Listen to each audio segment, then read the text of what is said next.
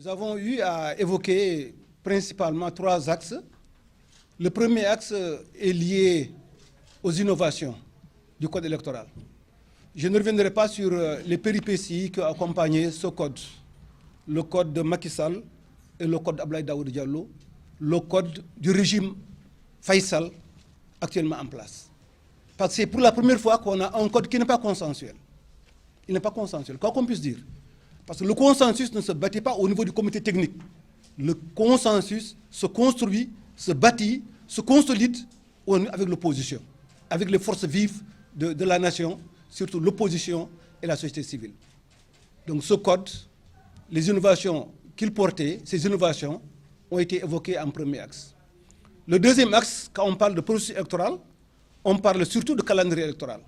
Donc pratiquement, de janvier au 30, pratiquement jusqu'au remboursement de la caution, toutes les étapes, toutes les tâches fondamentales, majeures, qui jalonnent ce processus-là, ont été évoquées, disséquées, discutées avec les parties prenantes.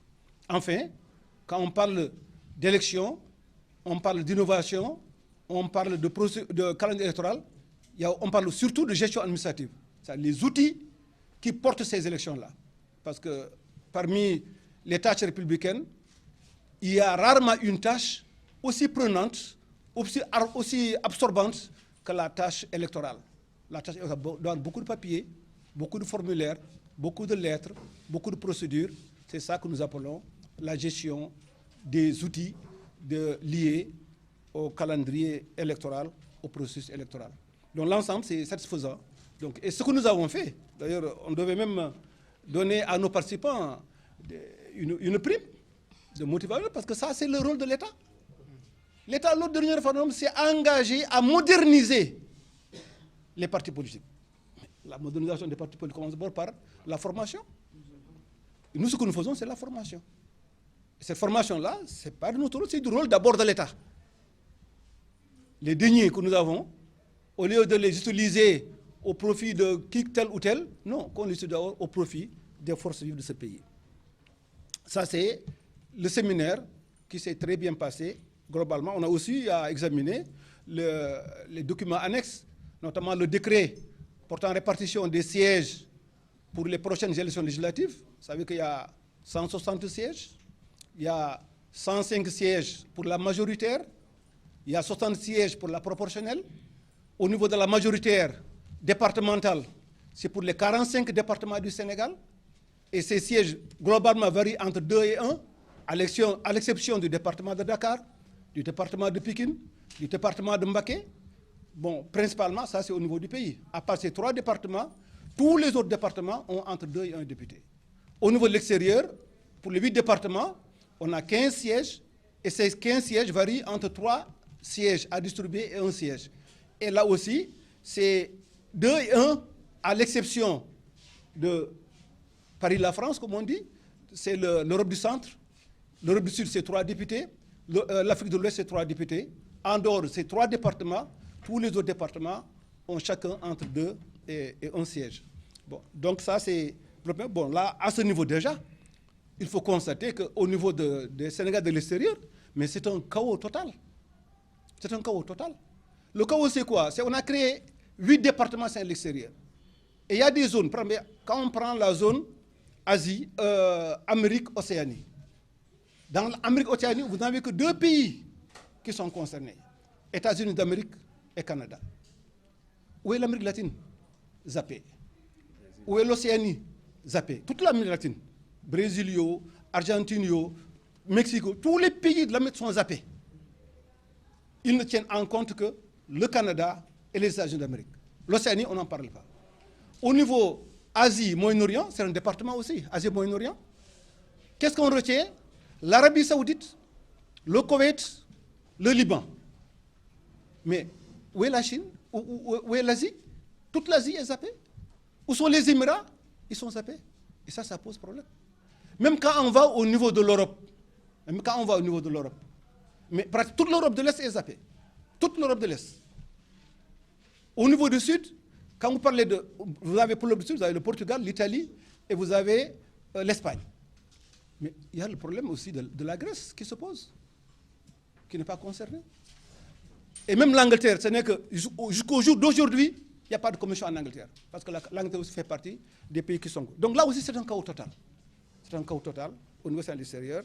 Avec les anomalies qu'on avait décrites la dernière fois, ça pose problème. Ça, c'est le premier axe de mon intervention. Donc le séminaire s'est tenu, s'est bien déroulé. C'est un séminaire de renforcement de capacité au niveau des chargés des élections et vraiment pour augmenter, renforcer l'information de nos leaders. Je pense qu'ils vont agir en toute connaissance de cause et en toute responsabilité. Maintenant, le deuxième axe de mon intervention, c'est par rapport au processus, surtout aux élections. Aujourd'hui, qu'est-ce qu'on constate? On constate qu'il y a des commissions qui sont arrêtées. Totalement. Vous l'avez constaté au niveau de Dakar? Depuis 10 jours, 15 jours, il y a des médias qui m'interrogent par rapport à ça. Au niveau de la région de Dakar, du département de Dakar, au niveau de la région de Matam, toutes les commissions de la région de Matam ont été arrêtées depuis le 16 mars. Toutes les commissions. Mais alors, qu'est-ce que dit la loi? La loi dit qu'il y a un minimum, on doit garder au moins un minimum, un socle minimal au niveau de chaque préfecture, au niveau de chaque sous-préfecture, au niveau de chaque commune. Ces minima-là n'existent pas. Et ça pose problème. Et ce qui est grave, c'est que c'est leur calendrier. C'est leur calendrier. C'est Abdoulaye Daoud Diallo qui a créé ces commissions. Et il n'en a discuté avec personne. Il a pris un engagement républicain, mais malheureusement qu'il n'est même pas capable de tenir. Et ça, c'est grave. Ça, c'est grave. Le deuxième, donc c'est la clôture précipitée. C'est la clôture précipitée pour certaines zones des activités de ces commissions administratives. Et là, ça pose problème. Et ensuite, l'autre élément, ça concerne surtout les Sénégalais de l'extérieur. Il y a des Sénégalais, la loi dit, article L38 du Code électoral, qu'un Sénégalais qui se trouve à l'extérieur, à Paris par exemple, il peut s'inscrire au niveau de la commune de Dondol, par exemple, de Fongolembi, à partir de la France. C'est encadré. Si c'est sa commune de naissance, si c'est la commune de naissance d'un de ses ascendants, son père ou sa mère, si c'est son dernier domicile. Mais aujourd'hui, malgré les différentes relances que nous avons faites auprès du ministre de l'Intérieur, auprès de la Sénat, au niveau du ministre des Affaires étrangères, n'ont rien. Ils refusent d'appliquer la loi. Et c'est leur loi. C'est ça qui est grave. Ils ne sont même pas capables d'appliquer, de respecter la loi qu'ils ont eux-mêmes édictée. Et là, ça pose problème. Là aussi, ça fait partie des difficultés que nous avons. Maintenant, l'autre grande difficulté, c'est surtout au niveau des fraudes. Les fraudes existent. Les fraudes sont avérées. Existent et sont avérées. Parce que le fondement de la fraude, c'est quoi? C'est d'abord les extraits de naissance. Tout le monde sait que les audiences foraines, là, pratiquement, il y a à boire, à manger au niveau des audiences foraines. On m'a signalé au niveau de la zone de Bakel, au niveau de ma zone, Matam, au niveau de Podor, de toutes les zones limitrophes, la Gambie, les deux Guinées, du Mali, de la Mauritanie, mais pratiquement, c'est une transhumance électorale. Transhumance électorale. Et ça pose problème. Ça pose problème. Et ça, on l'a. Mais il y a même plus grave que cela. Ça, c'est... Parce que si c'était seulement des personnes physiques qui donnaient leur vrai nom, leur vrai prénom, leur bonne filiation, leur bonne date de naissance, et qu'il faut changer de pays, d'accord? Mais ce n'est pas ça. C'est des gens qui renaissent. Qui renaissent. On a un nouveau prénom, un nouveau nom, un nouveau père, une nouvelle mère, une nouvelle date de naissance et un nouveau lieu de naissance. Où est-ce qu'on va aller? Surtout au niveau de la frontière. Et le ministre de l'Intérieur, qui est garant de la sécurité, avec tous ces problèmes qui se passent avec les djihadistes, et c'est lui qui nous crée ça. Celui qui est chargé de l'ordre, c'est lui qui sème le désordre au niveau de ce pays-là. Mais ça, c'est extrêmement grave. En voulant trop gagner, on risque de perdre. Parce qu'il pense que ce qu'il gagne en électeur là, ça, non, mais il va couler avec ça. Parce que demain, le grand bandisme qui s'installera amènera loin le Sénégal et sera le chaos. Et c'est lui qui est à l'origine de cela. Ça, c'est lui le ministre de l'Intérieur. Et ça pose problème. Les certificats de résidence, ça aussi vous le savez. Ça pratiquement c'est devenu un commerce. Un commerce. Là, ça pose parce que avec ça, les gens changent de résidence. C'est le transfert des électeurs. Et là, ça pose problème. Il y a aussi même au niveau de l'état civil, le problème du vrai faux.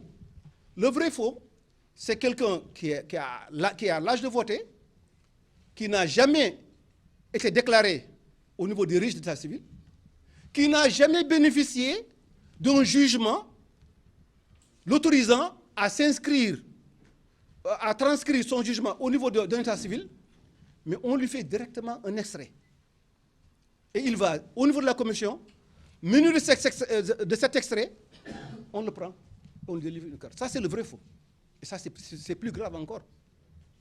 Parce que là, vraiment, je dis que ça installe un très grand désordre, de très grands risques au niveau de nos services d'état civil.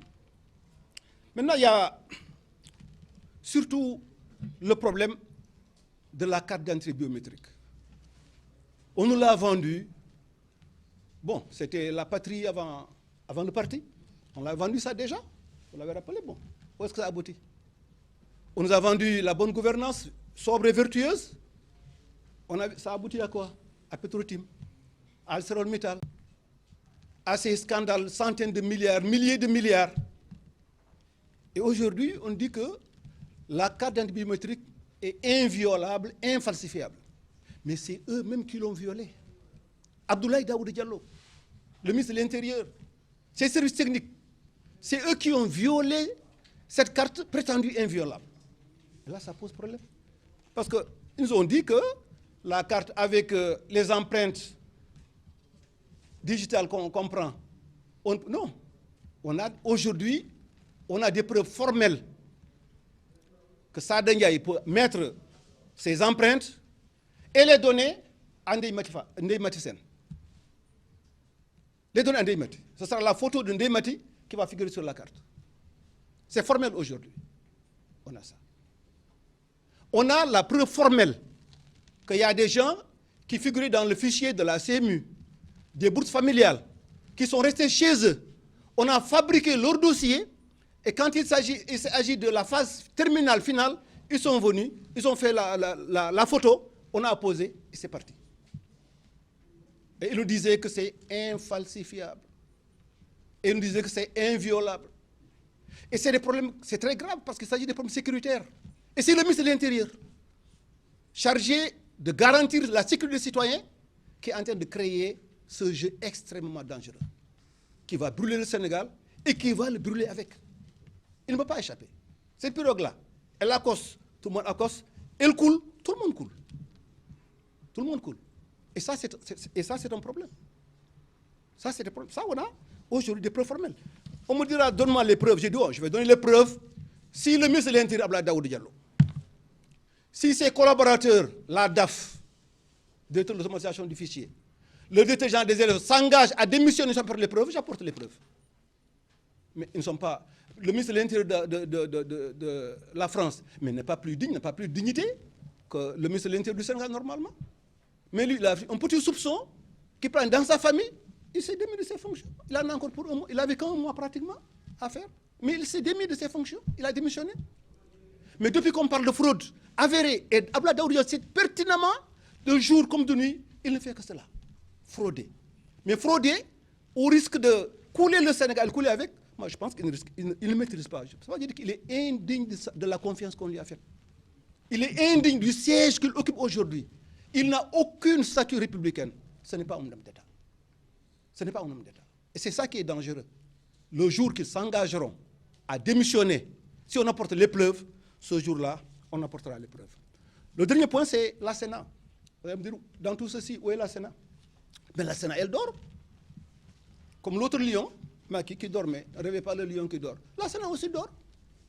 La Sénat qui est responsable de tout le processus, de l'instruction, pratiquement, de l'inscription sur les listes électorales, jusqu'à la proclamation provisoire des résultats, la Sénat est compétente. Donc, elle n'a pas besoin d'être saisie. C'est son job, c'est son métier, c'est son travail. Elle ne doit faire que cela. De l'inscription sur les listes électorales jusqu'à la proclamation provisoire des résultats. Mais malheureusement, dépend de la Sénat. Au niveau des commissions itinérantes, il n'y en a pas. Il n'y a pas de représentant de la Sénat au niveau des commissions itinérantes. Et ça pose problème. Et très souvent, les représentants de la Sénat, au niveau du pays, donc les SEDA et les décennats au niveau de l'extérieur, se comportent comme des fonctionnaires chargés de signer. Ils sont au bout de la chaîne. Quand les gens feront tout leur faux, on leur présente, ils signent, valident, consolident, et c'est parti. C'est tout ce qu'ils font. Là aussi, c'est indigne. Parce que leur choix, déjà, c'est la probité, c'est la responsabilité, c'est la neutralité, c'est l'objectivité, et c'est surtout un coefficient intellectuel. C'est tout pour ceux qui sont à l'extérieur. Mais malheureusement, ils ne répondent à aucun de ces critères. Aujourd'hui, vraiment, il n'y a pas plus petit, il n'y a pas plus bas que ces gens de la Sénat. Parce qu'avec tous les bruits, toutes les rumeurs folles que nous avons, tous les dysfonctionnements, toutes les anomalies, toutes les fraudes que nous avons, on n'entend pas la Sénat. On n'entend pas. Je dis, ce silence-là, il est trop assourdissant. Et ça m'inquiète. Là, justement, ça, c'est des choses que nous suivons, parce que ces tripotages-là, mais la Sénat ne peut pas être, ne peut pas ignorer ces tripotages. Ne peut pas. On a des commissions itinérantes envoyées par le ministre de l'Intérieur. Il n'y a pas de représentant de Sénat là-dedans. Ils vont à l'intérieur, ils reviennent, et celui qui est là à Dakar, il valide, il signe. Toutes les commissions itinérantes, vous n'aurez jamais une commission itinérante avec un représentant de la Sénat. Et ça, c'est pas normal. C'est pas normal. Et pratiquement, même ces près de 5 millions qui sont faits, pour l'essentiel, ça a été produit par les commissions itinérantes. Ils n'ont commencé à avoir le vitesse de croisière, 500 000 par semaine, qu'avec le travail presque qui a atteint sa croisière avec les commissions itinérantes. Voilà ce que je voulais dire, partager avec vous. Partager surtout, demander au niveau de la sous-région, parce que ce n'est pas une carte d'identité sénégalaise, c'est la carte d'identité de la CEDEAO. M. Abdoulaye Diallo n'a pas le droit de jouer avec la CEDEAO. C'est extrêmement grave. Ce n'est pas une carte sénégalaise. Tant que c'était entre nous, Sénégal, d'accord, mais c'est la CEDEAO. Et là, ça pose problème. Mais c'est au niveau même des ambassades qui sont là.